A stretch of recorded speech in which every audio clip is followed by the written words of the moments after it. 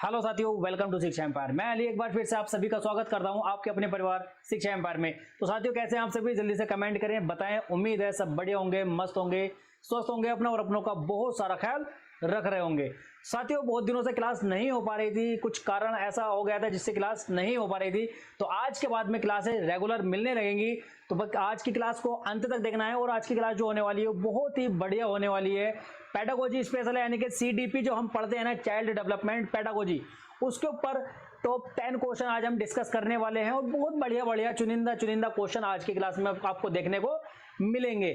तो बस साथ बनाए रखना और क्लास को अंत तक देखना, कॉपी पेंसिल साथ में लेकर के जरूर बैठना, जिससे कि जो तुम्हारे टर्म्स ऐसी आए कि तुम्हें नहीं पता हो, मतलब कोई नई टर्म्स ऐसी अगर आए सामने तो उसको नोट करते हुए चलना।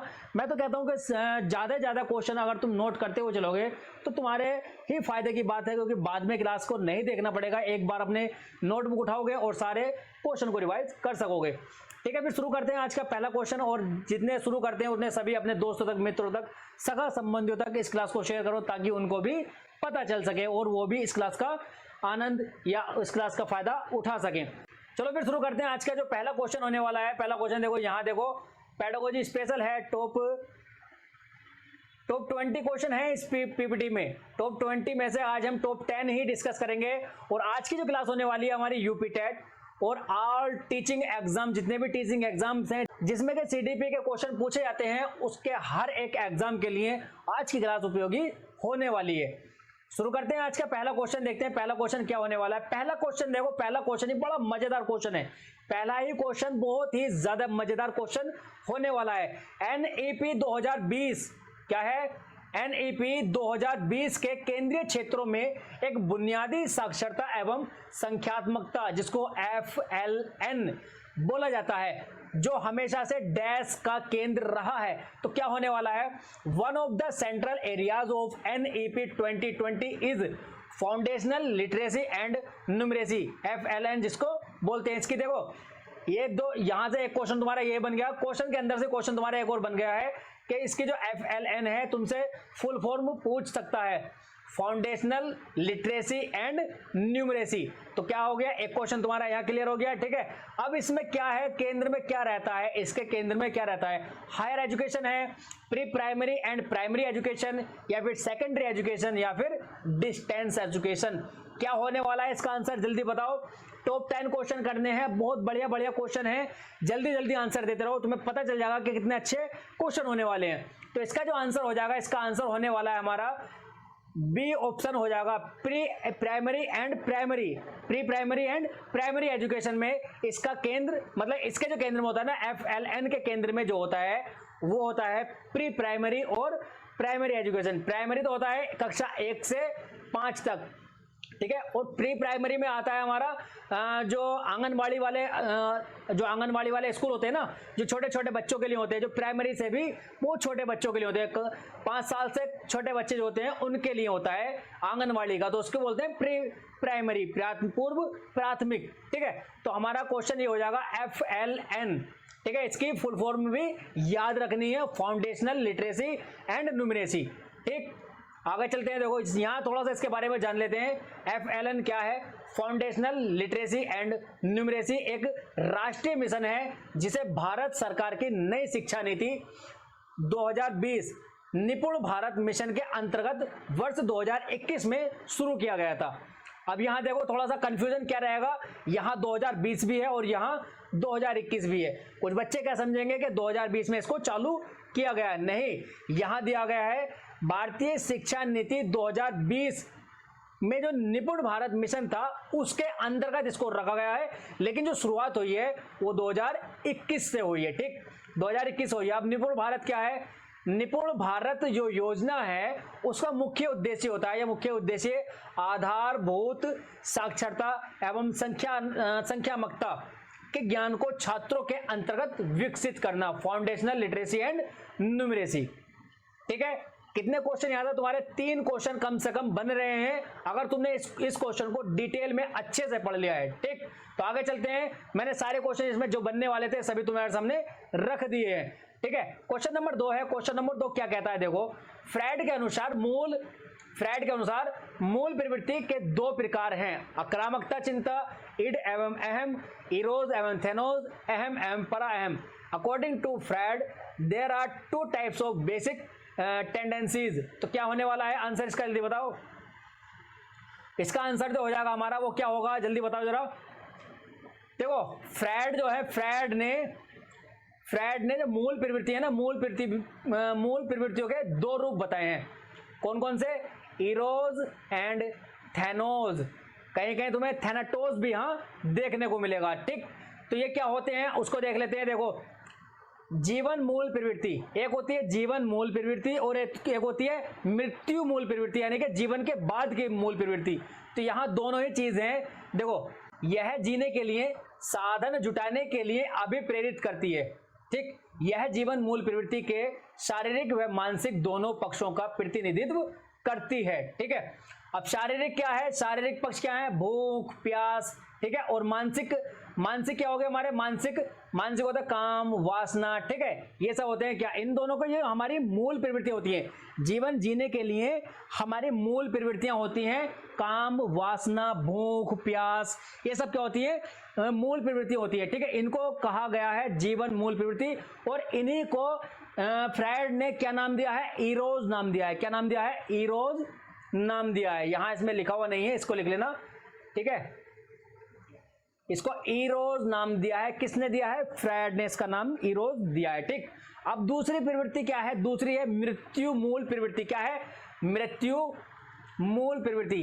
ये क्या है, इस मूल प्रवृत्ति को घृणा मूल प्रवृत्ति भी कहा जाता है, ठीक है। इसका जो संबंध होता है वो विनाश से होता है, विनाश यानी कि नष्ट से, डेस्ट्रॉयड से, ठीक है। और यह प्रवृत्ति जीवन मूल प्रवृत्ति के विपरीत कार्य करती है, ठीक। तो जीवन मूल प्रवृत्ति होती है ना, उसके विपरीत कार्य करती है। इसमें व्यक्ति आक्रामक और विध्वंसक कार्य कर सकता है, ठीक है, तोड़ फोड़ करता है, गुस्सा करता है बहुत ज्यादा। और इसको फ्रायड ने थैनाटोज कहा है। थैनाटोज यानी कि थैनोस भी इसको बोलते हैं। थैनोस से तुम्हें याद आएगा, देखो एंड गेम मूवी देखिए, एंड गेम एवेंजर्स वाली, उसमें थैनोस है ना, थैनोस। अब थैनोस क्या करता है, वो क्या करता है, हर चीज को आक्रामक होता है और विध्वंस करता है, यानी कि विनाश कर देता है, हर चीज को विनाश कर देता है। तो जहां तुम्हें मृत्यु मूल प्रवृत्ति होगी, जो जीवन के बाद की जो प्रवृत्ति है, उसमें उसका क्या नाम दिया है फ्रायड ने, थैनोस दिया है। कहां, थैनोस एंड गेम देखोगे अगर तुम, उसमें तुम्हें थैनोस मिलेगा। वो क्या करता है, मृत्यु के काम ही सारे करता है, ठीक है। तो यहां से तुम रिलेट करके अच्छा समझ सकते हो, ठीक। आगे चलते हैं, क्वेश्चन नंबर 3 है। क्वेश्चन नंबर 3 क्या कहता है, देखो, सीखना एक सार्वभौमिक प्रक्रिया है जो समस्त प्राणियों में पाई जाती है, एक उम्र विशेष के लोगों में पाई जाती है, यानी कि कक्षा 5 तक ही ज्यादा अच्छा बच्चा सीखता है, या 10 साल का बच्चा ज्यादा अच्छा सीखता है, या 20 साल का बच्चा ज्यादा अच्छा सीखता है। ऐसा है क्या, या एक समय के साथ साथ शने शने कम होती रहती है, जैसे जैसे उम्र बढ़ती है और सीखने की जो प्रक्रिया है हमारी वो घटती रहती है। ऐसा होता है क्या, या अध्यापक से बालक तक आती है, यानी कि कोई टीचर है, टीचर ने जो कुछ भी सीखा हुआ है वो बालक तक आती है, यानी कि टीचर डिलीवर करता है स्टूडेंट तक। ऐसा कुछ होगा क्या, इनमें तो कौन सा ऑप्शन हो जाएगा, जो सार्वभौमिक प्रक्रिया है टीचिंग क्या है, या सीखना, लर्निंग। तो learning is a universal process which, बताओ क्या होने वाला है, जल्दी बताओ। क्वेश्चन नंबर 3 का आंसर क्या हो जाएगा, देखो क्वेश्चन नंबर 3 का हो जाएगा हमारा ऑप्शन नंबर ए ही हो जाएगा। क्या हो जाएगा, which is found in all beings, यानी कि जो समस्त प्राणियों में पाई जाती है। ऐसा नहीं है कि तुम कहीं कंडीशन लगा दोगे कि 10 साल का बच्चा ही ज्यादा सीखता है, 20 साल का ही ज्यादा सीखता है, या फिर उम्र के साथ साथ घटती रहती है। ऐसा नहीं है, जो सीखना है वो जन्म से लेकर मृत्यु तक सीखता रहता है, ठीक है। कोई भी इंसान है, कोई भी मनुष्य है, जब पैदा होता है, पैदा होने के बाद में धीरे धीरे जैसे उसकी उम्र बढ़ती रहती है, मृत्यु तक कुछ ना कुछ सीखता ही रहता है, ठीक है। और अध्यापक से बालक तक नहीं आती है, सिर्फ अध्यापक से नहीं, सीखना हर जगह हो सकता है, ठीक है। अभी तुम यहाँ खड़े, कहीं अगर तुम रोड पर चल रहे हो, ठीक है, तुम्हारे सामने कोई भी काम हो रहा है, अगर तुम उसको देख रहे हो तो देखकर तुम उसको भी सीख सकते हो, जरूरी नहीं है अध्यापक से ही बालक तक आएगी। हो गया आंसर हमारा, ए हो जाएगा, ठीक। आगे चलें, क्वेश्चन नंबर 4, शिक्षा मनोविज्ञान नहीं, मनोविज्ञान का अध्ययन क्षेत्र है। व्यक्तिगत विभिन्नता, बालक के गृह कार्य का अध्ययन, या बालक का सहपाठियों के साथ खेलना, बालक का परिवार के साथ समायोजन, क्या होने वाला है इसका आंसर बताओ। The study area of education psychology क्या होने वाला है, तो इसका आंसर जो हो जाएगा हमारा वो भी ऑप्शन नंबर ए ही हो जाएगा। क्या हो जाएगा? Individual differences. ठीक है, जो साइकोलॉजी है हमारी, जो शिक्षा मनोविज्ञान है, उसका अध्ययन होता है इंडिविजुअल डिफरेंसेस। मतलब इसका क्या है? मतलब तुम क्लास में अगर पढ़ा रहे हो तो क्लास में तुम्हारे इंडिविजुअल डिफरेंसेस बच्चे मिलेंगे, यानी कि अलग अलग विभिन्नताओं वाले बच्चे मिलेंगे। कोई पढ़ने में ज़्यादा तेज होगा, कोई पढ़ने में स्लो होगा, कोई मीडियम होगा। ठीक है, यानी कि कोई चीज़ों को जल्दी समझेगा, कोई चीज़ों को देर से समझेगा। तो सभी की आवश्यकताओं का, सभी की व्यक्तिगत विभिन्नताओं का ध्यान में रखते हुए तुम्हें चीज़ों को पढ़ाना है, बच्चों को लर्न कराना है। ऐसा नहीं है कि तुम अपने अकॉर्डिंग पढ़ाओगे, नहीं, बच्चों के अकॉर्डिंग पढ़ाओगे। मेरी क्लास में भी यहाँ भी कुछ बच्चे होंगे जो स्लो पढ़ते होंगे, कुछ बच्चे हैं जो कि फास्ट चीज़ों को समझते होंगे। तो सभी की आवश्यकताओं को ध्यान में रखते हुए ही चीज़ों को तैयार किया जाता है, क्लास को तैयार किया जाता है। ठीक है, तो ऑप्शन हमारा कौन सा हो जाएगा? ऑप्शन नंबर ए हो जाएगा। ठीक है, आगे चलते हैं। देखो क्वेश्चन नंबर 5 है, शिक्षा किसी निश्चित स्थान पर प्रदान की जाती है, यह कथन शिक्षा के अर्थ में किस अर्थ में प्रयुक्त होता है? शिक्षा का संकुचित अर्थ, शिक्षा का विस्तृत अर्थ, शिक्षा का वास्तविक अर्थ, या कोई नहीं। In what sense is the statement that education is imparted at a certain place? क्या होने वाला है? नैरो, ब्रॉड, रियल, या फिर नहीं? क्या होने वाला है? शिक्षा का, या देखो, शिक्षा किसी निश्चित स्थान पर, तो ये क्या हो जाएगा? शिक्षा का संकुचित यानी कि नैरो मीनिंग हो जाएगा, क्योंकि कोई भी एजुकेशन है वो किसी पर्टिकुलर एक ही स्थान पर, एक ही जगह पर नहीं होती है। कहीं भी तुम मतलब कहीं भी तुम शिक्षा को प्रोवाइड कर सकते हो। ठीक है, पेड़ के नीचे कर सकते हो, ठीक, घर में कर सकते हो, स्कूलों में कर सकते हो, कहीं भी कर सकते हो। अगर तुम कहोगे सिर्फ एक ही स्थान होता है, शिक्षा सिर्फ और सिर्फ स्कूलों के अंदर ही होती है, कहीं और नहीं हो सकती, तो वो क्या होगा? शिक्षा का बहुत संकुचित यानी कि नैरो मीनिंग हो जाएगा। ठीक है, क्वेश्चन 5 हो गए हैं हमारे, छठा क्वेश्चन देखते हैं। छठा क्वेश्चन बड़ा शानदार क्वेश्चन है। यदि एक विद्यार्थी विद्यालय में लगातार निम्न श्रेणी प्राप्त करता है, मतलब कोई विद्यार्थी है और वो टेस्ट में या फिर किसी भी कार्य में लगातार सबसे निचले यानी कि निम्न श्रेणी प्राप्त करता है, तो उसके अभिभावकों को उसकी सहायता हेतु दिया गया परामर्श क्या हो सकता है? बताओ। If a student consistently gets low grade in school, what can be the advice given to his parents to help him? क्या होने वाला है इसका आंसर? अध्यापकों की घनिष्ठ संगति में कार्य करे, ठीक है, या फिर घर पर उसको परीक्षण पूर्व कार्य करने पर बल दें, ठीक है, और जो भली भांति शिक्षा नहीं ले पाए हैं उनके जीवन की कठिनाइयों का वर्णन करें। यानी कि मोहल्ले में कुछ ऐसे भी लोग होंगे जो कि अपने समय पर शिक्षा अच्छे से नहीं ग्रहण कर पाए हों, और उनके शिक्षा ग्रहण न करने पर जो उनके जीवन में कठिनाइयां आई हैं उनका उदाहरण देकर उसको प्रेरित करें। ऐसा करना है क्या, या फिर इनमें से कोई नहीं? तो क्या होने वाला है, जो उनके अभिभावक हैं, जो पेरेंट्स हैं, बच्चे की निम्न श्रेणी देखकर बच्चे को किस तरह से वो उसके परामर्श दे सकते हैं, उसको क्या कर सकते हैं? एडवाइस दे सकते हैं। ठीक है,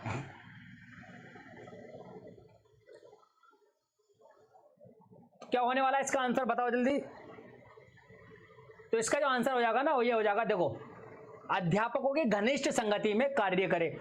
जब बच्चा निम्न श्रेणी लेकर आ रहा है ना, तो उसके जो अभिभावक हैं, उसके अभिभावक वो क्या करेंगे? उनको ये करना चाहिए कि बच्चे से कहे कि अपने अध्यापकों की घनिष्ठ संगति में कार्य करे, work in close association with teachers.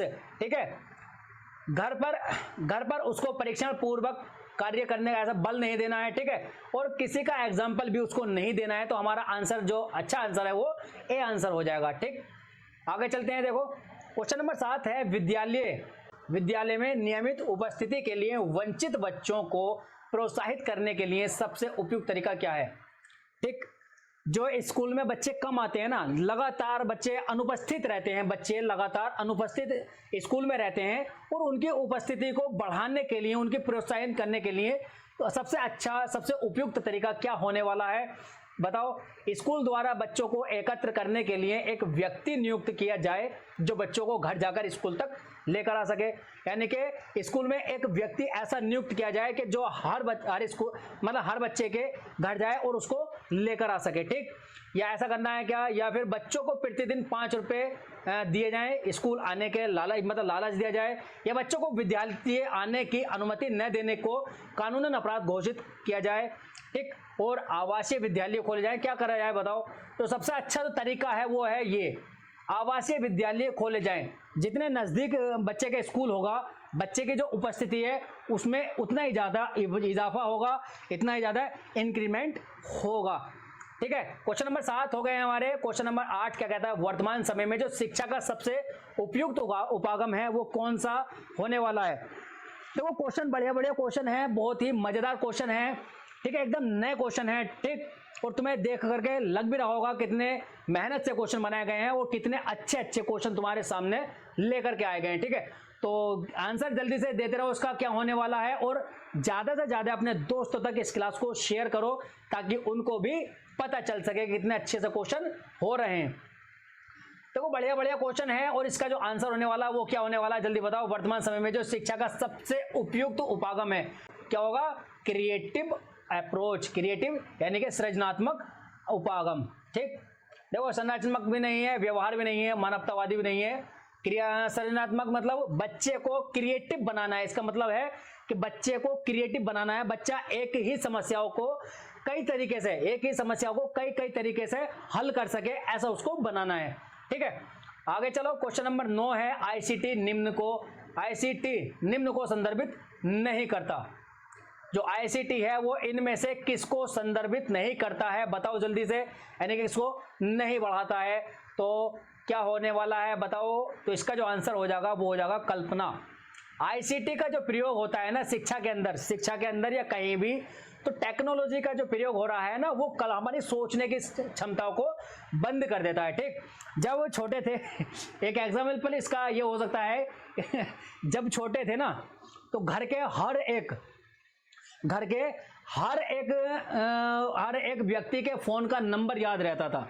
ठीक है, सबके नंबर याद रहते थे, मुंह जुबान याद रहते थे। लेकिन अब क्या है, अब टेक्नोलॉजी में क्या है, सबके नंबर ऐड होते हैं और बस निकाला फोन लगाया छुट्टी। लेकिन क्या होता है उसमें, जो पहले होता था ना, पहले इतने मतलब घर में क्या था, एक ही जने के पास या 2 जने के पास ज़्यादा फ़ोन हुआ करते थे जब छोटे थे। ठीक है, तो उसमें क्या है, सबके नंबर याद हुआ करते थे। लेकिन जब से टेक्नोलॉजी बढ़ने लगी है, सभी के पास, बच्चे के पास में फ़ोन आ गया, तो बच्चा अब नंबर को याद नहीं करता, वो सिर्फ सेव करता है। उसी चीज़ से रिलेट करके ये एक एग्जाम्पल मैंने दिया है, इसी चीज़ से रिलेट करके तुम और एग्जाम्पल भी बना सकते हो खुद से ही, कि जो सोचने समझने की जो क्षमता है ना, मतलब कल्पना यानी कि इमेजिनेशन को खत्म कर देता है। ठीक है, टेक्नोलॉजी है, आधा काम टेक्नोलॉजी कर देती है और बस तुम्हें थोड़ा सा काम करना होता है। ठीक है, तो आगे चलते, क्वेश्चन नंबर 10 है, औपचारिक शिक्षा का साधन है, इसमें से कौन सा होने वाला? और ये तुम्हारा क्या होगा? HW हो जाएगा। इसका आंसर तुम कमेंट करके बताओगे। और उम्मीद करता हूं क्वेश्चन तुम्हें मजेदार लगे होंगे, समझ में आए होंगे। पूरी कोशिश मैंने की है तुमको समझाने की। ठीक है, और ये उम्मीद भी करता हूं कि बहुत अच्छे से समझ में आए होंगे। ठीक, तो क्लास कैसी लगी कमेंट करके जरूर बताना, और अपने दोस्तों तक इसको शेयर करना बिल्कुल मत भूलना। ठीक है, और लाइक कमेंट भी करके जाना, सब्सक्राइब कर देना, और मिलते हैं अगले सेशन में। तब तक के लिए हंसते रहें, मुस्कुराते रहें, अपना और अपनों का बहुत सारा ख्याल रखें। धन्यवाद, टेक केयर, बाय, जय हिंद।